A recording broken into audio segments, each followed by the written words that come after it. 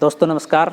लीजिए शरद जोशी का एक और व्यंग्य आपके समक्ष प्रस्तुत है, जिसका शीर्षक है प्रेम पत्र राष्ट्रभाषा के संदर्भ में।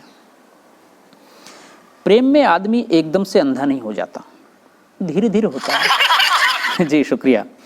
शुरू में दृष्टि कमजोर होती है। इसका प्रमाण यह है कि जिस लड़की से वह प्रेम करता है वह एकाएक बहुत सुंदर लगने लगती है। इधर आंखों की रोशनी कम पड़ी और उधर कन्या का चेहरा ज़्यादा प्रकाश में नजर आने लगा। जी शुक्रिया। इसी चौंधियाने की सी हालात में वह अपने जीवन का पहला प्रेम पत्र लिखता है और तब उसे पता लगता है कि प्रेम पत्र लिखना प्रेम करने से ज़्यादा कठिन कार्य है। और यहीं आकर हमारी राष्ट्रभाषा हिंदी के सम्मान का प्रश्न खड़ा हो जाता है। प्रेम करना सरल है, पर हिंदी में प्रेम पत्र लिखना कठिन है। आज राष्ट्रभाषा हिंदी की स्थिति ऐसी है कि मूर्ख अच्छे प्रेमी साबित होते हैं, पर जो विद्वान है, भाषा जानता है, वह असफल हो जाता है। जी शुक्रिया। अब मेरा उदाहरण लीजिए। जिस तरह जवानी में संपादकों ने मेरी रचनाएं अस्वीकृत की, उसी तरह लड़कियों ने मेरे प्रेम पत्र रिजेक्ट कर दिए। संपादकों से तो खैर मैं अड़ा रहा और लगातार लिखते लिखते लेखक बन ही गया, पर वे लड़कियां मेरी चिट्ठियां ग्रहण करने की बजाय किसी और के साथ पानी ग्रहण कर चली गई। जी शुक्रिया। हमारी भारतीय शिक्षा प्रणाली का एक दोष यह है कि उसमें प्रेम पत्र लिखना नहीं सिखाया जाता। बड़ी कमी है। आज युवक कहते हैं कि उनकी शिक्षा जीवन उपयोगी नहीं, तो उनका एक आशय यह भी है। मानव जीवन में प्रेम पत्रों का बड़ा महत्वपूर्ण स्थान है।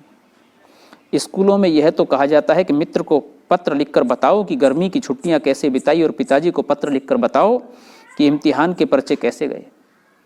पर कोई शिक्षक यह नहीं कहता कि प्रेमिका को पत्र लिखकर बताओ कि तेरे जाने के बाद सनम खाने पर क्या गुजरा। जी शुक्रिया। या जब तुझे पहली बार देखा तो मन को कैसा लगा। फिर भी जो होनहार छात्र होते हैं वे पाठ्यक्रम की सीमाओं में नहीं बंधे रहते, वे अनुभव से ज्ञान बढ़ाते हैं। छात्र जीवन में मैंने भी ऐसा ही किया। पहला मौका मिला वो प्रेम पत्र लिखने बैठ गया। जी शुक्रिया। पहला प्रेम पत्र लिखना बड़ा सरपच्ची का काम है। हमारी राष्ट्रभाषा जय हिंदी जय भारती इसमें कोई मदद नहीं करती।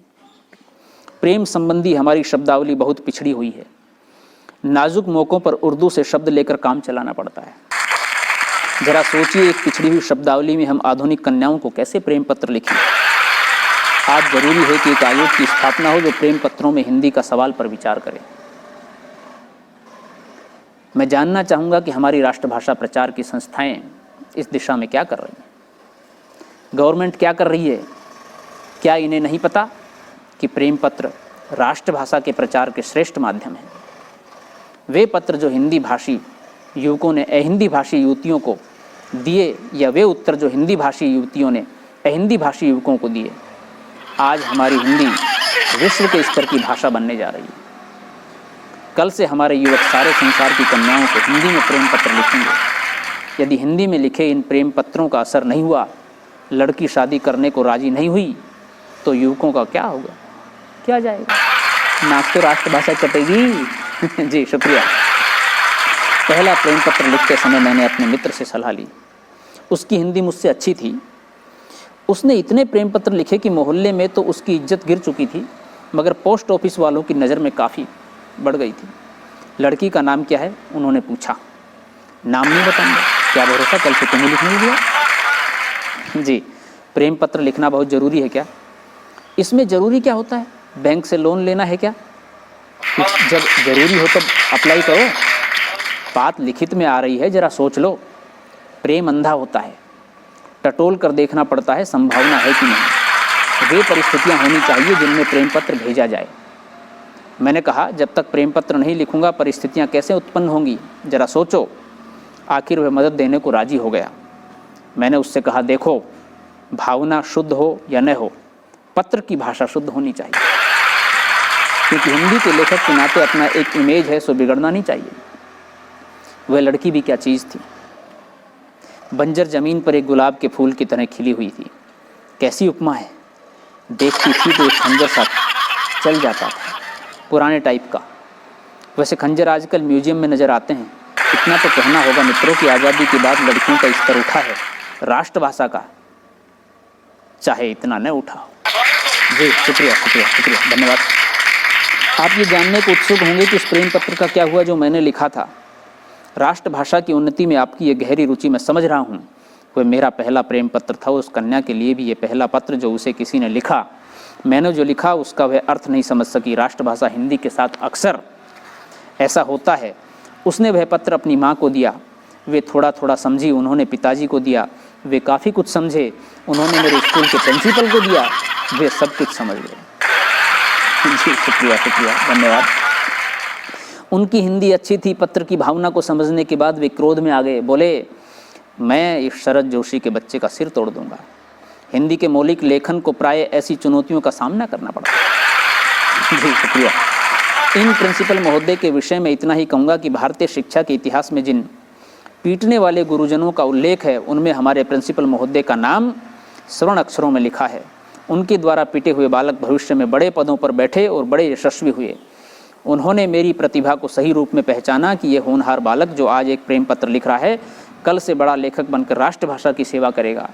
राष्ट्र के समस्त नर नारी इसे पढ़ेंगे। इसे पीटना बहुत जरूरी है। जी शुक्रिया। उन्होंने मुझसे पूछा, आखिर तुम्हारी हिम्मत कैसे हुई किसी लड़की को प्रेम पत्र लिखने की?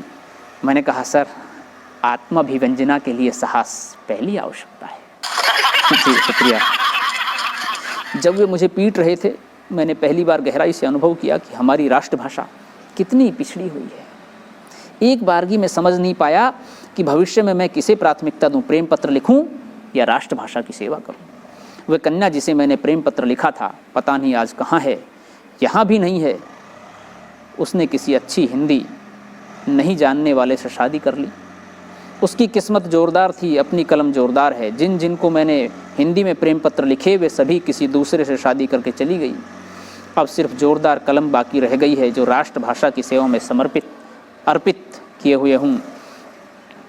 एक बात आप मानेंगे मित्रों कि ज़्यादा प्रेम पत्र लिखने के चक्कर में मेरा स्तर चाहे गिर गया हो, पर मैंने राष्ट्रभाषा का स्तर नहीं गिरने दिया। जी धन्यवाद धन्यवाद धन्यवाद।